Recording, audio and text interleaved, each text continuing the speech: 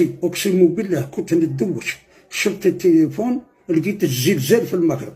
واش نقول لكم يا خوتي، الله هذه فرحه كبيره، الزلزال في المغرب. اللهم يا ربي يا ربي هدمهم، يا ربي زيدهم زلزال على زلزال.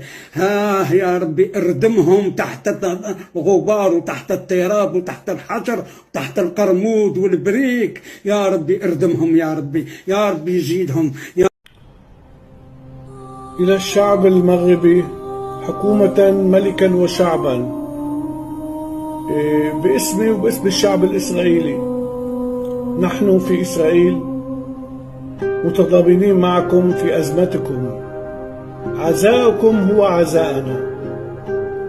الله يرحم الشهداء، وإسرائيل كلها مصدومة من جراء نتيجة هذا الزلزال، ونحن مستعدين نعمل كل ما بوسعنا إذا أنتم تريدون إرسال طواقم إنقاذ للمغرب لمساعدة المغرب الشقيق.